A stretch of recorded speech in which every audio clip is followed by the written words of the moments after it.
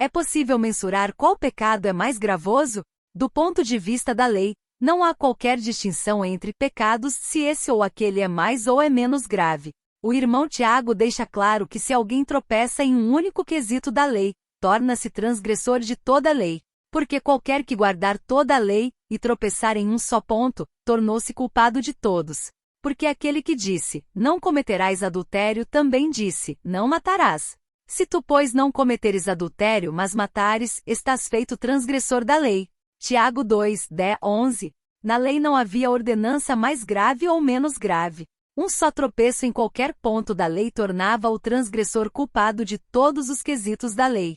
Se as Escrituras protestavam contra os judeus como blasfemos, certo é que todos eles eram transgressores da lei. Como as Escrituras apontavam que o nome de Deus era blasfemado por causa dos filhos de Israel, todos tropeçaram em um ponto da lei, portanto, todos eram igualmente homicidas, roubadores, parricidas, idolatras, etc.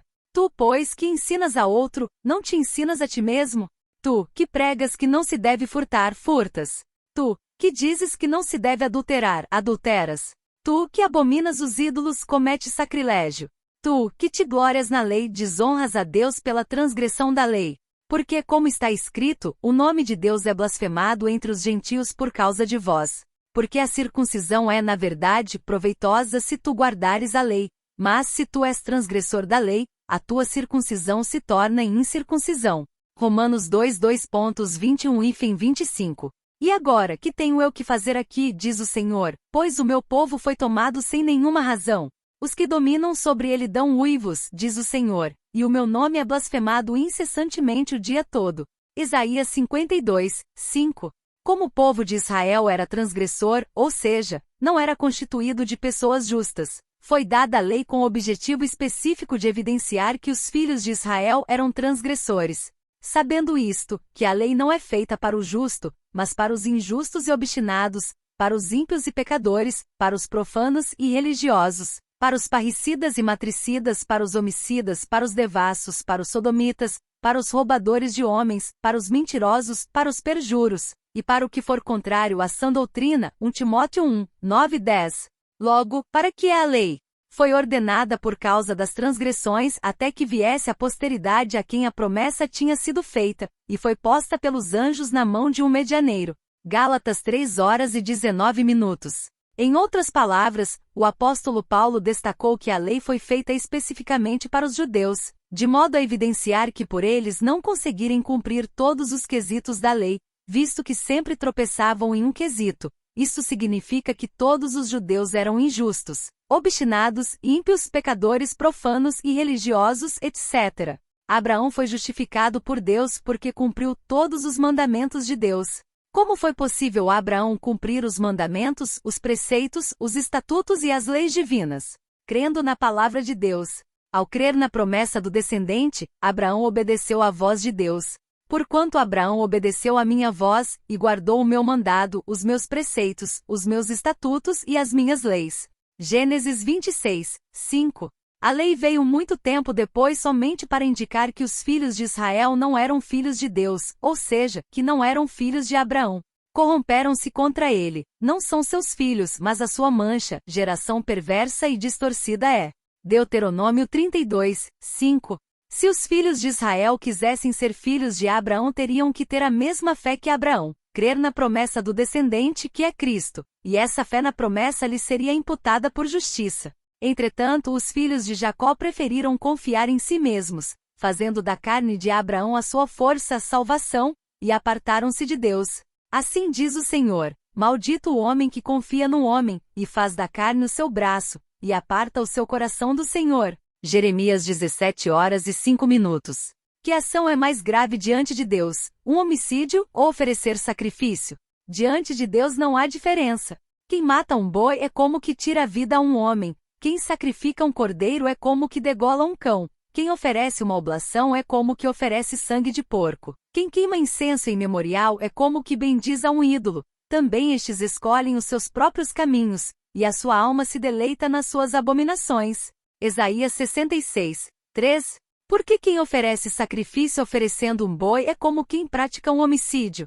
Porque aquele que se propõe sacrificar somente segue os seus próprios caminhos, pois Deus nunca exigiu sacrifícios dos filhos de Israel. Porque nunca falei a vossos pais, no dia em que os tirei da terra do Egito, nem lhes ordenei coisa alguma acerca de holocaustos ou sacrifícios. Jeremias 7h22. De que me serve a minha multidão de vossos sacrifícios, diz o Senhor? Já estou farto dos holocaustos de carneiros, e da gordura de animais cevados. Nem me agrado de sangue de bezerros, nem de cordeiros, nem de bodes. Isaías 1h11. Guarda o teu pé, quando entrares na casa de Deus, porque chegar-se para ouvir é melhor do que oferecer sacrifícios de tolos, pois não sabem que fazem mal. Eclesiastes 5h01. Engana-se quem acha que alguém que não mata, não rouba, não se prostitui e jejua, dá o dízimo de tudo que possui, etc. Lucas 18h11. É menos pecador que um homicida. Nem este nem aquele são considerados um em reação ao outro em condição diferente diante de Deus. O melhor deles é como o espinho, o mais reto é pior do que a sebe de espinhos. Veio o dia dos teus vigias, veio o dia da tua punição, agora será a sua confusão. Miqueias 7h04. Desde que foram tirados do Egito, Deus concitou os filhos de Israel que confiassem na providência divina, tendo em vista a promessa feita a Abraão de que o descendente prometido viria da casa de Israel, especificamente da tribo de Judá, e que nele todas as famílias da terra seriam benditas. Entretanto, os filhos de Israel não confiaram na proteção divina, e diante de qualquer percalço, murmuravam de Moisés e desconfiavam de Deus. Por causa da incredulidade do povo, Deus resolveu prová-los enviando o maná, e os filhos de Israel foram reprovados, visto que não obedeceram à palavra do Senhor. Então disse o Senhor a Moisés: Eis que vos farei chover pão dos céus, e o povo sairá, e colherá diariamente a porção para cada dia, para que eu o prove se anda em minha lei ou não. Então disse o Senhor a Moisés: Até quando recusareis guardar os meus mandamentos e as minhas leis? Êxodo 16h04.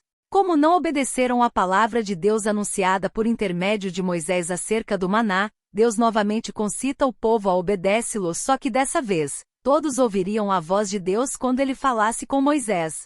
Mas quando o povo se posicionou para ouvir o que Deus ia falar com Moisés, o monte passou a fumegar, e raios e trovões saíram das densas nuvens e os israelitas com medo, fugiram da presença do Senhor. Foi quando os filhos de Israel pediram a Moisés que Deus não falasse com eles, pois tinham medo de morrer. E todo o povo viu os trovões e os relâmpagos, e o sonido da buzina, e o monte fumegando, e o povo, vendo isso, retirou-se e pôs-se de longe. E disseram a Moisés: Fala tu conosco e ouviremos, e não fale Deus conosco para que não morramos. E disse Moisés ao povo: Não temais, Deus veio para vos provar, e para que o seu temor esteja diante de vós, a fim de que não pequeis. Êxodo 22.18 e fim 20. O propósito de Deus sempre foi fazer bem a Israel por causa do descendente prometido a Abraão, mas quando Deus os provava humilhando-os, em vez de os filhos de Israel confiarem naquele que é a vida, reputavam que Deus queria exterminá-los. Por não quererem ouvir a voz de Deus que era para a vida, os filhos de Israel permaneceram mortos em seus pecados. E te lembrarás de todo o caminho, pelo qual o Senhor teu Deus te guiou no deserto estes 40 anos, para te humilhar, e te provar, para saber o que estava no teu coração, se guardarias os seus mandamentos ou não. E te humilhou, e te deixou ter fome, e te sustentou com o maná que tu não conheceste nem teus pais o conheceram, para te dar a entender que o homem não viverá só de pão, mas de tudo que sai da boca do Senhor viverá o homem. Que no deserto te sustentou com maná que teus pais não conheceram, para te humilhar, e para te provar, para no fim te fazer bem. Deuteronômio 8, 2, 13 e 16. O objetivo de humilhar é fazer os filhos de Israel servos, e é através da prova que se verifica se os filhos de Israel eram obedientes como foi Abraão. Abraão foi obediente quando Deus requereu o seu único filho, mas Israel foi desobediente quando Deus lhes deu pão dos céus a comer.